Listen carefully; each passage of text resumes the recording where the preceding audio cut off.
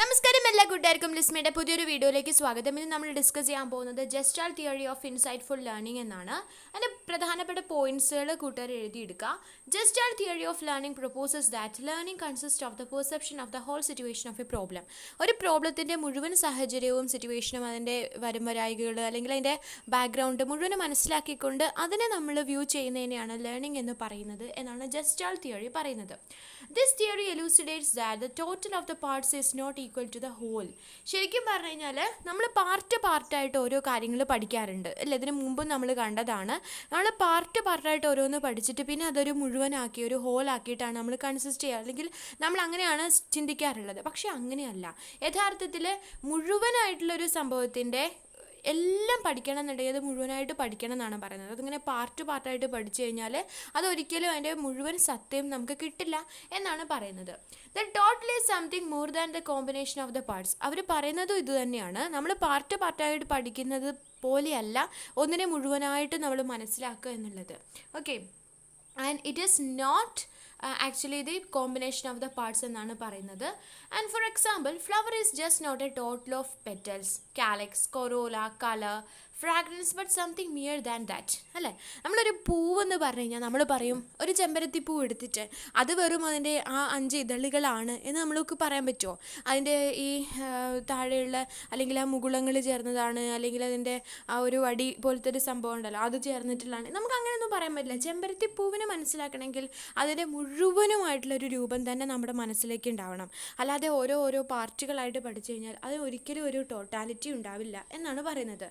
And a house is more than the bricks and mortar and other materials that are in the building. അല്ലേ? ഒരു വീട് എന്ന് പറഞ്ഞു കഴിഞ്ഞാൽ നമ്മൾ കുറേ ഇഷ്ടികകളോ അല്ലെങ്കിൽ കുറേ സിമെൻറ്റ് കട്ടകളോ അല്ലെങ്കിൽ കുറച്ച് പെയിൻറ്റോ അങ്ങനെ നമ്മൾ വിചാരിച്ച് സിമെൻറ്റോ അങ്ങനെ ഒന്നും വിചാരിച്ചിട്ട് കാര്യമില്ല. ഉണ്ടോ? വീടെന്ന് പറഞ്ഞു കഴിഞ്ഞാൽ ഒരു ഹോൾ സംഭവമാണ്. ആ വീടെന്ന് പറഞ്ഞാൽ ഒരു മൊത്തമുള്ളൊരു എൻറ്റിറ്റിയാണ്. And similarly, a learning situation is more than the elements which is composed of. അപ്പം പിന്നെ എങ്ങനെയാണ് നമുക്ക് ലേണിംഗ് എന്ന് പറയുന്നത് പാർട്ടാക്കി പഠിക്കാൻ പറ്റുമെന്ന് പറയാൻ പറ്റുക എന്നാണ് ജസ്റ്റാൾ തിയറിസ്റ്റുകൾ ചോദിക്കുന്നത്. So one must examine the whole to discover what is natural parts are and should not proceed from parts in to whole. ഒരിക്കലും പാർട്സ് ഇൻ ടു ഹോൾ അല്ല. വേണമെങ്കിൽ ആ മുഴുവനും ഉള്ളതിനെ നമുക്ക് പാർട്ടാക്കിയിട്ട് പഠിക്കാൻ പറ്റും.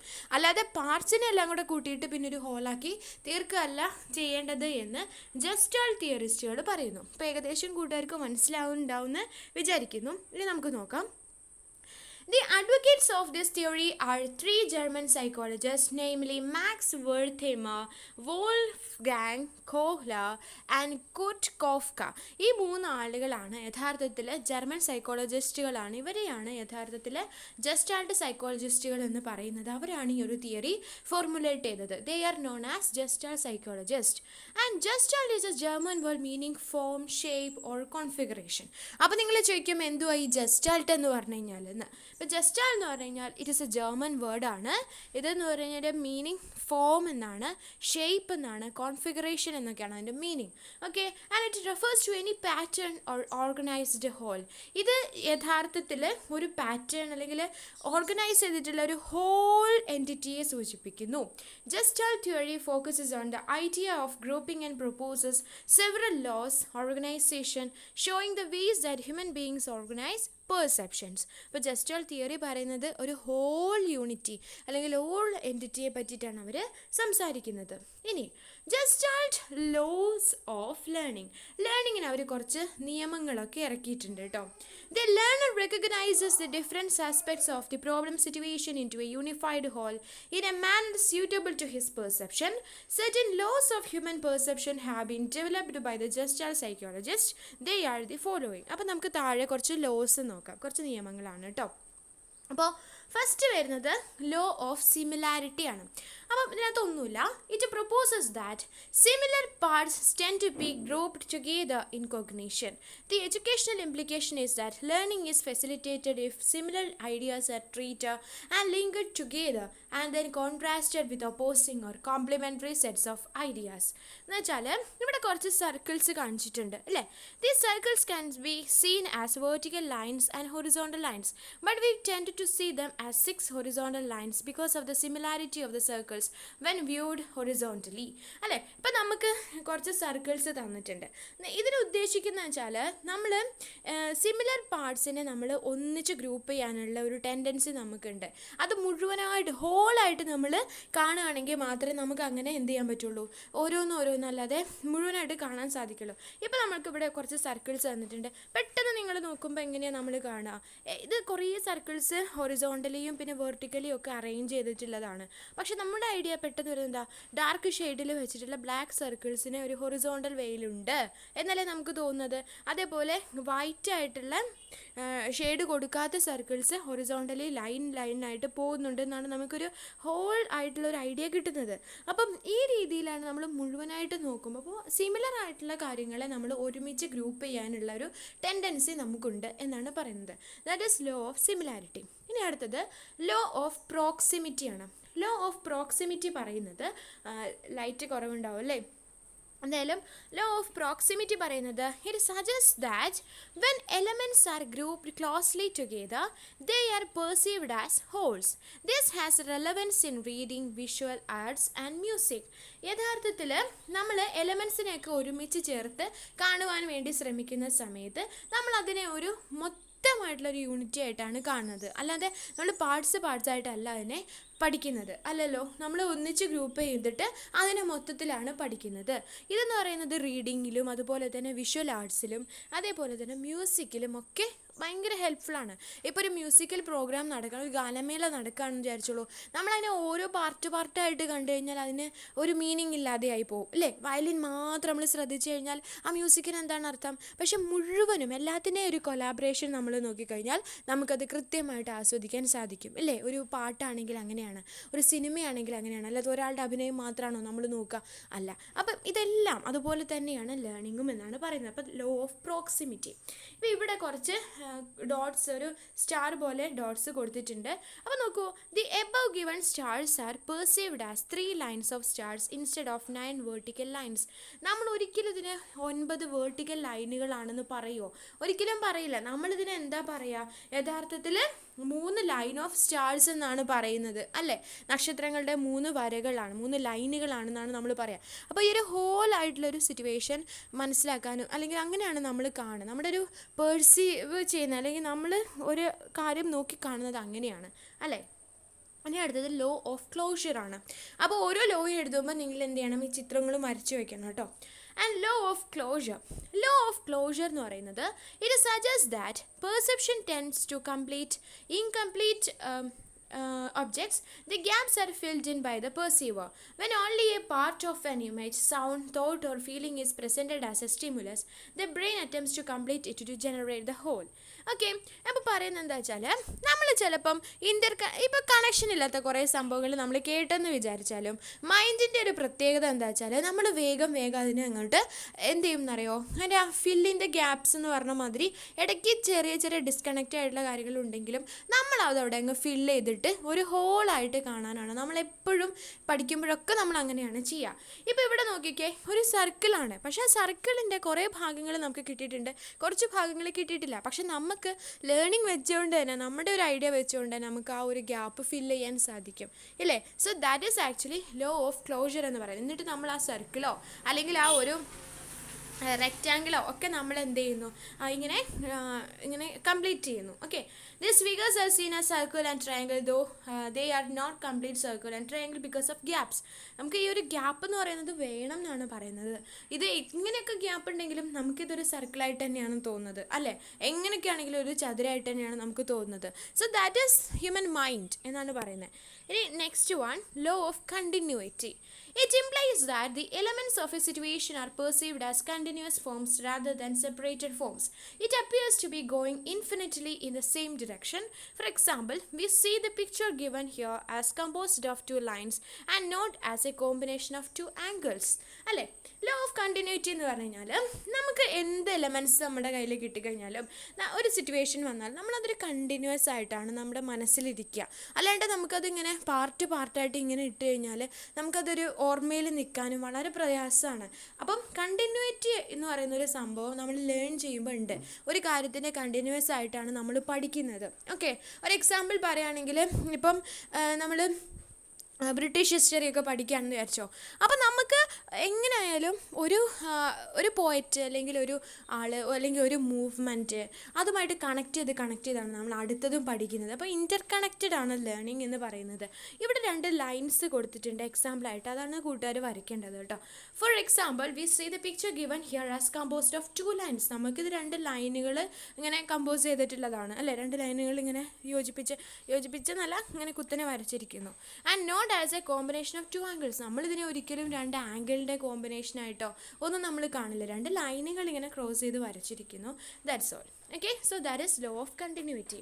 ഇനി നെക്സ്റ്റ് വൺ എന്ന് പറയുന്നത് figure ground effect. Figure ground effect എന്ന് പറഞ്ഞു കഴിഞ്ഞാൽ ഇവിടെ ഒരു പിക്ചർ കാണിച്ചില്ലേ. നിങ്ങൾക്ക് കുറേ ലേണിംഗ് ഉപകരണങ്ങളൊക്കെ ചിലപ്പോൾ സൈക്കോളജിക്കൽ ലാബിൽ കാണിച്ചു തന്നിട്ടുണ്ടായിരിക്കും അല്ലേ. ഞങ്ങൾക്ക് കുറച്ച് കാണിച്ചു തന്നിരുന്നു.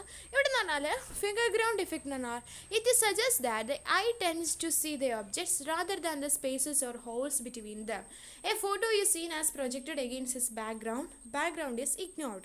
ഇവിടെ നമുക്ക് ഈ ഒരു ചിത്രം കണ്ടു കഴിഞ്ഞാൽ നമ്മൾ പെട്ടെന്ന് 2 ആളുകൾ അങ്ങോട്ടും ഇങ്ങോട്ടും മുഖത്തോട് മുഖം നോക്കി നിൽക്കുന്നു എന്നാ പറയാം. അല്ലാണ്ട് ഇതൊരു ഫ്ലവർ വേസിൻ്റെ പോലെ ഉണ്ട് എന്നൊന്നും നമ്മൾ ആ വൈറ്റ് ബാക്ക്ഗ്രൗണ്ട് അല്ല നമുക്ക് പെട്ടെന്ന് കാണാം. നമ്മൾ ആ ഗ്യാപ്പ് അല്ല കാണാം, നമ്മളെന്താ കാണുക, ഫില്ല് ചെയ്തിട്ടുള്ള ഭാഗങ്ങളാണ് കാണുക. അതാണ് ഈ ഫിഗർ ഗ്രൗണ്ട് എഫക്റ്റ് എന്ന് പറഞ്ഞാൽ. അതൊരു മൈൻഡിൻ്റെ ഒരു പ്രത്യേകതയാണ്. നമ്മൾ ഫില്ല് ചെയ്തിട്ടുള്ള ഭാഗത്തിനാണ് ഫോക്കസ് ചെയ്ത് കൊടുക്കുന്നത് കൂടുതലായിട്ടും. So these are learning laws, gestalt learning laws. അപ്പോൾ ഇത്രയെണ്ണാണുള്ളത്. ഇനി എക്സ്പെരിമെൻ്റ് ആണ് നോക്കുന്നത് കേട്ടോ. എനിക്കിത് ഇങ്ങനെ ഞാൻ പുസ്തകത്തിൽ നിന്ന് എടുത്തതാണ് കേട്ടോ. കാണാനൊരു രസം ഉണ്ടാവില്ല, പക്ഷേ രസമുള്ളൊരു സംഭവമാണിത്. Okay, Kohler conducted several experiments in this regard. In an experiment, Kohler put a chimpanzee named Sultan in a cage. ഒരു ചിമ്പാൻസിയെ പിടിച്ചിട്ട് ഒരു കൂട്ടിലിട്ട് അടച്ചു. സുൽത്താൻ എന്നായിരുന്നു ആ ചിമ്പാൻസിൻ്റെ പേര്. നല്ല പേര് അല്ലേ. A banana was hang from the roof of the cage. കൂടിൻ്റെ മുകളിൽ ഒരു ബനാന എന്ത് ചെയ്തു, തൂക്കിയിട്ടു. And a box was lying in the corner of a cage. അപ്പോൾ ഒരു ചെറിയൊരു ബോക്സ് കിടക്കുന്നുണ്ടായിരുന്നു കൂടിൻ്റെ ഒരു സൈഡിൽ, മൂലയിൽ. And the chimpanzee tried it best to get the banana കിട്ടാൻ മാക്സിമം ഈ ചിമ്പാൻസി ശ്രമിച്ചു. It jumped as high as it could. It attempts failed. അതെങ്ങനെ ചാടി കുറേ ചാടി നോക്കി, പക്ഷേ എന്താ, ഫെയിലായി, കുറേ പരാജയപ്പെട്ടു. It sat down disappointedly. ആകെ നിരാശനായിക്കൊണ്ട് അങ്ങനെ ഇരുന്നു. Suddenly it got an idea and move the box lying in the corner towards the area below the banana. അപ്പോൾ പെട്ടെന്ന് അതിനൊരു ഐഡിയ തോന്നി. താഴെ കിടക്കുന്ന ആ ഒരു ബോക്സ് എടുത്ത് വെച്ച് കഴിഞ്ഞാൽ അതിന് മുകളിൽ കയറി നിന്ന് ബനാന കിട്ടുമെന്ന് ചിമ്പാൻസിക്ക് തോന്നി. അങ്ങനെ ചിമ്പാൻസി അത് ചെയ്യാൻ വേണ്ടി നോക്കി. It stood on the box and jumped from it and the chimpanzee got the banana. അപ്പം ആ ബോക്സ് എടുത്ത് അതിന് മുകളിൽ ചിമ്പാൻസി കയറി ബനാന എടുത്തു, കഴിച്ചു. അപ്പോൾ this is the experiment. Okay, in another experiment, ഇനി വേറൊരു എക്സ്പെരിമെൻറ്റ് നടത്തി. More boxes were arranged in the cage and banana was hung from some more height. പിന്നെ കുറേ ബോക്സസ് അറേഞ്ച് ചെയ്തു. അവിടെ ഇങ്ങനെ അറേഞ്ച് ചെയ്ത് വെച്ചു കേജിൽ, കൂട്ടിൽ കേട്ടോ. എന്നിട്ട് കുറേ ബനാനാസ് ഇങ്ങനെ കുറച്ചും കൂടി ഹൈറ്റിൽ ഇങ്ങനെ എന്ത് ചെയ്തു, തൂക്കിയിട്ടു. And the chimpanzee placed all the boxes as one on the other and jumped from the top and it got banana. എന്നിട്ട് ചിമ്പാൻസി എന്താ കാണിച്ചതെന്നറിയോ, നേരത്തെ ചെയ്തത് ഇതിന് മനസ്സിലുണ്ട്. എന്ന് വെച്ചാൽ ബോക്സിൻ്റെ മുകളിൽ കയറി നിന്നാൽ പറ്റും. വീണ്ടും ബോക്സുകൾ ഇങ്ങനെ അതിൻ്റെ മുകളിൽ വെക്കാൻ തുടങ്ങി. അതിൻ്റെ മുകളിൽ കയറി നിന്ന് ബനാന എടുത്തു. അപ്പോൾ നിങ്ങൾ ചോദിക്കും, ഇതൊക്കെ നടക്കുമോ? വെറും തള്ളു പറയല്ലേ ടീച്ചറേ പറയൂ അല്ലേ. പക്ഷേ ഇങ്ങനെയാണ് സംഭവം ഉണ്ടായത് കേട്ടോ. എനിക്കറിയില്ല, ഇങ്ങനെയാണ് സംഭവം ഉണ്ടായത്. Okay, and in another experiment, വീണ്ടും എക്സ്പെരിമെൻറ്റ് നടത്തി. Kohler placed 2 sticks, one long and the other short, outside of the cage. അപ്പം കോഹ്ലർ എന്ത് ചെയ്തെന്നറിയോ, 2 വടികൾ കൂടിൻ്റെ പുറത്ത് ഇങ്ങനെ വെച്ചു. ഒന്ന് വലിയ വടി, ഒന്ന് ചെറിയ വടിയാണ് കേട്ടോ. A banana was placed outside at A distance. എന്നിട്ട് ഒരു ബനാന എടുത്തിട്ട് കുറച്ച് ദൂരെ വെച്ചു, കൂടിൻ്റെ കുറച്ച് ദൂരെ. പക്ഷെ നമുക്ക് കൂട്ടിൽ നിന്ന് നോക്കിയാൽ ചിമ്പാൻസിക്ക് അത് കാണാൻ പറ്റും. And the chimpanzee used the sticks one after the other to to get the banana. അപ്പോൾ ചിമ്പാൻസി കുറേ നോക്കിയപ്പോൾ ബനാന കിടക്കുന്നുണ്ട്. ഒരു വടിയെടുത്ത് കുറേ തോണ്ടി നോക്കി, അത് കഴിഞ്ഞ് മറ്റേ വടിയെടുത്ത് കുറേ തോണ്ടി നോക്കി. എന്നിട്ടോ ഇറ്റ് ഫെയിൽഡ്, ആ കെട്ടാൻ പറ്റുന്നില്ല. As the banana was at more distance, banana കുറേ ദൂരെയാണ്. Then the chimpanzee noted the thickness of one stick and the thickness of the other. It thrust the thin stick into the thick and prolonged the length of the stick. Using this long stick, it collected the banana.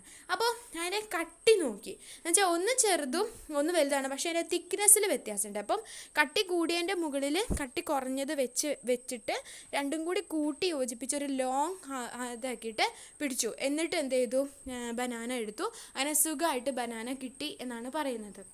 അങ്ങനെ ഇതൊക്കെ രസമുള്ളൊരു കഥ അല്ലേ, വിശ്വസിക്കാനേ പറ്റുന്നില്ല. I don't know, നിങ്ങൾ just ഒന്ന് Google ചെയ്ത് നോക്കൂ, അല്ലെങ്കിൽ ജസ്റ്റ് ഒന്ന് യൂട്യൂബിൽ ചെയ്ത് നോക്കൂ. നിങ്ങൾക്ക് ചിലപ്പോൾ ഇതിൻ്റെ എക്സ്പെരിമെൻറ്റിൻ്റെ ഇത് വല്ലതും കാണുന്നുണ്ടായിരിക്കും കേട്ടോ. അപ്പോൾ നമുക്ക് വിശ്വസിക്കാം അല്ലേ. Very nice. And on the basis of the experiment the Gestalt psychologist evolved a new theory of learning called insightful learning. അങ്ങനെ ഈ പരീക്ഷണങ്ങളൊക്കെ നടത്തിയതിൻ്റെ അടിസ്ഥാനത്തിൽ ഈ Gestalt സൈക്കോളജിസ്റ്റുകൾ എന്ത് ചെയ്തെന്നറിയോ, ഒരു പുതിയ തിയറി അവരുണ്ടാക്കി. അതിനെയാണ് ഇൻസൈറ്റ്ഫുൾ ലേണിംഗ് തിയറി എന്നവർ പറയുന്നത്. And it is also known as Gestalt theory of insightful learning. ഈ തിയറി അറിയപ്പെടുന്നത് Gestalt theory of insightful learning എന്നാണ്. അപ്പോൾ ഇത് കൂട്ടുകാർ മനസ്സിൽ ഓർത്ത് വെക്കണം. ഇത് വളരെ പ്രധാനമായിട്ടുള്ളൊരു കാര്യമാണ് കേട്ടോ. ഇതൊക്കെ പറഞ്ഞു കൊടുക്കാൻ ഭയങ്കര ഈസി അല്ലേ. അപ്പോൾ നോക്കാം, ഇൻസൈറ്റ്ഫുൾ ലേണിംഗ് എന്ന് പറഞ്ഞാൽ, insightful learning is a kind of learning done by observing and perceiving the whole situation and realizing the relationships. Actually situation കറക്റ്റായിട്ട് മനസ്സിലാക്കിയിട്ട്, ഒരു മുഴുവനായിട്ടാണ് സിറ്റുവേഷൻ മനസ്സിലാക്കുന്നത് കേട്ടോ, പാർട്ടായിട്ടല്ല. സിറ്റുവേഷൻ നന്നായിട്ട് മനസ്സിലാക്കിയിട്ട് എന്നിട്ട് റിയലൈസിങ് ദ റിലേഷൻഷിപ്പ്, ഓരോ എലമെൻറ്റ്സ് തമ്മിലുള്ള റിലേഷൻഷിപ്പും ബന്ധങ്ങളും മനസ്സിലാക്കിക്കൊണ്ട് അതിനെതിരെ നമ്മൾ എന്ത് ചെയ്യണം, റെസ്പോണ്ട് ചെയ്യണം കേട്ടോ. It is completely a cognitive experience. ശരിക്കും ഇത് ബുദ്ധിയുള്ള ആളുകൾക്കാണ് ഇത് സാധിക്കുക. And it sees learning as a result of the insight and of the ability to perceive the various relationships among factors involved in the situation. അപ്പോൾ ശരിക്കും കുറച്ചൊരു ഐഡിയയും ബുദ്ധിയൊക്കെ ഉള്ള ആളുകൾക്കാണ് ഈ ഒരു പരിപാടി നടക്കുക. അതുകൊണ്ട് തന്നെയാണ് പറഞ്ഞത് learning is an insightful theory, അല്ലെങ്കിൽ ഇൻസൈറ്റ്ഫുൾ തിങ് ആണല്ലേ. Insight occurs abruptly through understanding of the relationships among various parts of a problem rather than through trial and error. അപ്പോൾ ഇവർ പറയുന്നത് ട്രയൽ ആൻഡ് എറർ പോലെയൊന്നും അല്ല, ശരിക്കും കൃത്യമായിട്ട് കാര്യങ്ങൾ മനസ്സിലാക്കിക്കൊണ്ടാണ് ഓരോ കാര്യങ്ങളിലും നമ്മൾ എന്ത് ചെയ്യുന്നത്, റെസ്പോണ്ട് ചെയ്യുന്നതാണ് ഇവർ പറയുന്നത്. According to this theory an individual can deduce solution to a problem by insight if he perceives the situation as a whole. ആ സിറ്റുവേഷനെ പൂർണ്ണമായും മനസ്സിലാക്കുകയാണെങ്കിൽ ഒരാൾക്ക് ബുദ്ധിപരമായി ചിന്തിക്കാനും അതിനൊരു സൊല്യൂഷൻ കണ്ടെത്താനും സാധിക്കും. Insight of the learner is A most crucial thing in learning. ഈ ഇൻസൈറ്റ് എന്ന് പറയുന്ന കാര്യമാണ് ഒരു ലേണർക്ക് വേണ്ടത്. It facilitates understanding of new relations, discovery of new patterns, and formation of new organization. A person organizes his varied sensory experiences to a unified and meaningful whole following his insight. ഓരോ മനുഷ്യരും insight ഉണ്ടെങ്കിലേ അവർക്ക് ആ ഒരു situation എന്താണെന്ന് മനസ്സിലാക്കാനും അതിനനുസരിച്ച് പ്രതികരിക്കാനും സാധിക്കുകയുള്ളൂ എന്നാണ് പറയുന്നത് കേട്ടോ. അപ്പോൾ insightful learning, this is that. ഇനി ക്യാരക്ടറിസ്റ്റിക്സ് ഓഫ് ഇൻസൈറ്റ്ഫുൾ ലേണിംഗ്, ഇതൊക്കെയാണ് കേട്ടോ ചോദിക്കുക. അപ്പോൾ നോക്കൂ, insight learning solutions result from restructuring the problem and it considers the whole situation. It gives focused attention. Insight is sudden. Insight changes perception. Insight is relative to intelligence. Relationships in the situation are identified. It makes use of reason. Mental manipulation of problem-related information. A solution to the problem is identified. Repetition of successful performance and transfer of learning is more in insight learning. അപ്പം ഇത് കൂട്ടുകാർ ഓർത്ത് വയ്ക്കാം. എന്ന് വെച്ചാൽ എന്താണ്, ഇതൊരു focused അറ്റൻഷനാണ്. Insight എന്ന് പറയുന്നത് പെട്ടെന്നായിരിക്കും ഉണ്ടാവുക. ആൻഡ് ചേഞ്ചസ് പെർസെപ്ഷനിൽ ചേഞ്ചസ് വരുത്തും. And also it is relative to intelligence. Okay, അപ്പോൾ കുറച്ച് കാര്യങ്ങളൊക്കെ മനസ്സിൽ ഓടിയിട്ടുണ്ടായിരിക്കും, അത് ഓർത്ത് വയ്ക്കുക കേട്ടോ. ഇനി 2 പോയിൻറ്റും കൂടി ഉണ്ട്. It encourages productive thinking and it facilitates long retention. Okay, ഇനി ഫാക്ടേഴ്സ് ഇൻഫ്ലുവൻസിങ് ഇൻസൈറ്റ്ഫുൾ ലേണിംഗ്. ഇത് ചോദിക്കും. ക്യാരക്ടറിസ്റ്റിക്സ് ഫാക്ടേഴ്സ് എന്താണ് ഇൻസൈറ്റ്ഫുൾ ലേണിംഗ് എന്ന് ചോദിക്കും. ജസ്റ്റാൾട്ട് തിയറി ഓഫ് ലോസ് ഒക്കെ എസ്സേ ചോദിക്കുകയാണെങ്കിൽ എഴുതിയാൽ മതി. പാരഗ്രാഫ് ക്വസ്റ്റ്യൻ ആണെങ്കിൽ ഒന്നും എഴുതണ്ട കേട്ടോ. എന്താണ് ഇൻസൈറ്റ്ഫുൾ ലേണിംഗ് എക്സ്പെരിമെൻറ്റ് വളരെ ഷോർട്ടായിട്ട് കൊടുക്കുക. എന്നിട്ട് ജസ്റ്റ് ഇതിൻ്റെ ക്യാരക്ടറിസ്റ്റിക്സും ഫാക്ടേഴ്സും കൊടുക്കുക കേട്ടോ. ഇനി the factors affecting insightful learning are the following. Experience. ഒന്നാമത്തേത് എക്സ്പീരിയൻസ് ആണ്. Past experience facilitates insight. നമുക്ക് നേരത്തെ നടന്നിട്ടുള്ളൊരു സംഭവം നമ്മൾ ചെയ്തിട്ട് അല്ലെങ്കിൽ എന്തെങ്കിലും ഒരു സിറ്റുവേഷൻ വരുമ്പോൾ നമ്മൾ അതിനെ എങ്ങനെ പ്രതിരോധിച്ചു എന്നുള്ള നമുക്കൊരു ഐഡിയ കിട്ടിക്കഴിഞ്ഞാൽ നമ്മൾ പിന്നെ അത് തന്നെ റിപ്പീറ്റ് ചെയ്യും ഇല്ലേ. ആ ബോക്സ് വെച്ചപ്പോൾ നേരത്തെ ഞാൻ ബോക്സ് വെച്ചതിൻ്റെ മുകളിൽ കയറിയിരുന്നു എന്നുള്ളൊരു ഓർമ്മ ആ ഒരു ചിമ്പാൻസിക്ക് വന്നു. അങ്ങനെയാണ് അപ്പോൾ എക്സ്പീരിയൻസ്. രണ്ടാമത്തേത് intelligence of the learner influences it's insight. An intelligent learner will have greater insight. Then learning situation. A suitable situation to insight learning facilitates better insights. A situation where all necessary aspects of the problem are clear may cause insight to occur. Then initial efforts. The initial efforts of the learner in the form of simple trial and error facilitates a way for insight learning. And repetition and generalization. The insight obtained by the learner in a situation is tried to be implemented in other similar situation. So repetition and generalization. Okay, ആവർത്തിച്ചിട്ട് നമുക്കൊരു പൊതുബോധം ഉണ്ടാവും. നമ്മളൊരു പൊതുവായിട്ടൊരു കാര്യം കണ്ടെത്തും. അത് പിന്നീട് നമ്മൾ apply ചെയ്യും. That's all. Then next one steps in insightful learning. ബോറടിക്കുന്നുണ്ടോ? അടിച്ചിട്ട് ഒരു കാര്യമില്ല കേട്ടോ, എക്സാം അല്ലേ. Then steps in insightful learning എന്ന് പറഞ്ഞാൽ identifying the problem, perceiving the problematic situation as a whole. അപ്പോൾ പ്രോബ്ലം നമ്മൾ എന്ത് ചെയ്യുന്നു? ആദ്യം ഐഡൻറ്റിഫൈ ചെയ്യുന്നു. പിന്നെ അതിനെ ആ സിറ്റുവേഷൻ മുഴുവനായിട്ട് മനസ്സിലാക്കുന്നു. ദെൻ ഇൻക്യുബേഷൻ എന്ന് പറഞ്ഞാൽ during the stage the learner thinks about possible solutions to the problems. നമ്മൾ അതിന് എന്തൊക്കെ പരിഹാരം കണ്ടുപിടിക്കാം എന്ന് വിചാരിക്കുന്നു. Then trial and error efforts. The learner makes some trial and error efforts. Then development of insight. Then repetition. This is the steps. ഇനി educational implications. It is proceed from whole to parts. ശരിക്കും parts to whole അല്ല, whole to parts ആണ് കേട്ടോ. And a teacher may present a topic or subtopic as a whole. A poem may be considered as a whole. When teaching the function of an electric bell, the whole bell may be presented before the students in the beginning. Okay, ഇപ്പോൾ പോയൊക്കെ ആണെങ്കിൽ നമ്മൾ ആദ്യം poem മുഴുവനും വായിപ്പിക്കുന്നില്ലേ, അല്ലാണ്ട് നമ്മൾ ഓരോ വരി മാത്രമല്ലല്ലോ പഠിക്കുന്നത്. അപ്പോൾ that is. Then acquaint learners with the aims and objectives of learning, allow student interest and curiosity, consider learning capacity of the learners, encourage and facilitate productive thinking, avoid spoon feeding system, adopt problem solving approaches.